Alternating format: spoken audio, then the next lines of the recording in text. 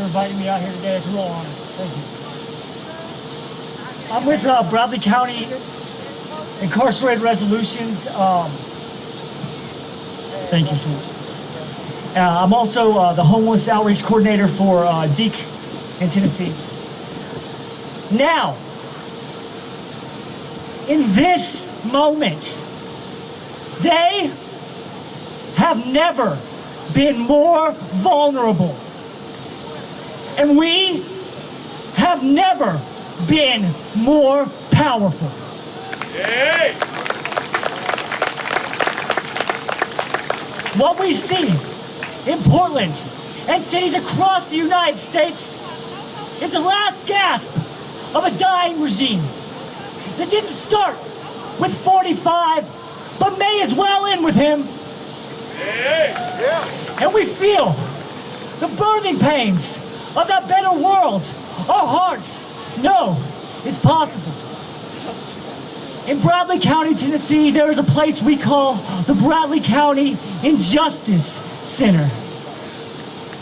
About a month ago, folks who'd never been involved in activism more than a protest or two started a petition to get PPE for their loved ones held inside.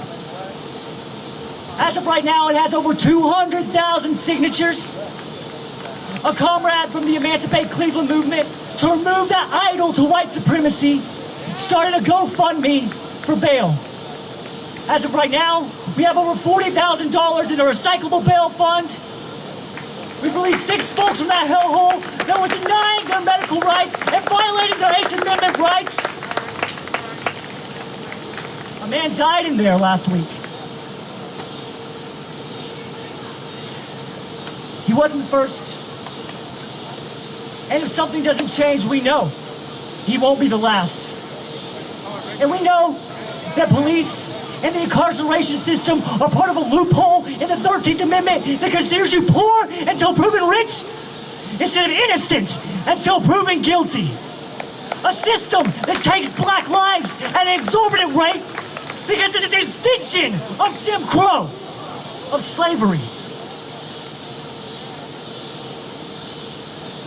A city of 100,000 has the arrest rate of a city 10 times its size. 10% of our budget goes to that jail. So like Marie says, what do we say? Divest! Divest! Invest! Invest! We need mental health care in Bradley County. We need harm reduction. There's only one mental health practitioner for over 800 folks. Take that arrest rate and lower it by divesting from incarceration and investing in harm reduction, education, and mental health. It's simple, really. I hear a lot about vocational rehabilitation, and that sounds nice. But it puts the onus on the working class to better ourselves when the owning class doesn't value us. So, what do I think is the real vocational rehabilitation? I believe that looks like a living wage, an end to prison slavery, and at this moment of pandemic, hazard pay for essential workers. In my time, over the last 10 years, working in prison abolition, labor organizing, and anti-hate work,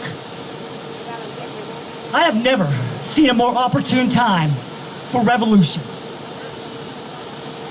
With the guidance of inspirational leaders like Marie and Cameron, with the amazing folks like CCJ, Caleb, DSA, the I Can't Breathe movement, Emancipate Cleveland, and Bradley County Incarcerated Resolutions comrades, we will overcome.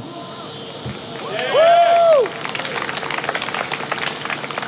And as George Jackson said, patience has its limits.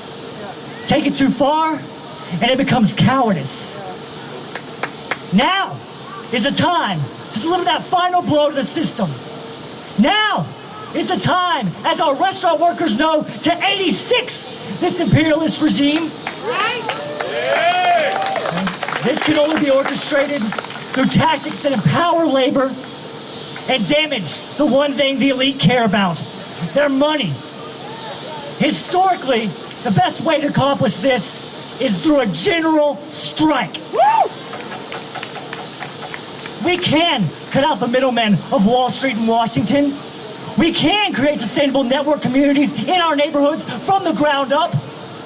We can take power in our local governments to put democracy into the hands of the people and beyond the ballot box. We can inform, organize, sustain, dismantle, and resist because we know that they say blue lives matter, but they don't give a damn about the rest of the working class whose job is to be lapdogs for the rich and the powerful.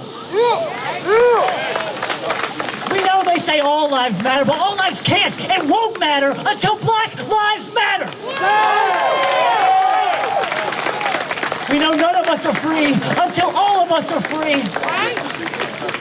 There are some major changes that must be made and won't be made until we have control over our workplaces and our resources. They have never in history voluntarily ceded this kind of power to the people. We are about peace, but we will defend our hard-fought gains that we have wrestled from the hands of riot cops, fascists, and tyrants. Now is the time to embolden each other and stop emboldening their system by developing programs that meet our needs and render them irrelevant. Now is the time to decolonize this empire!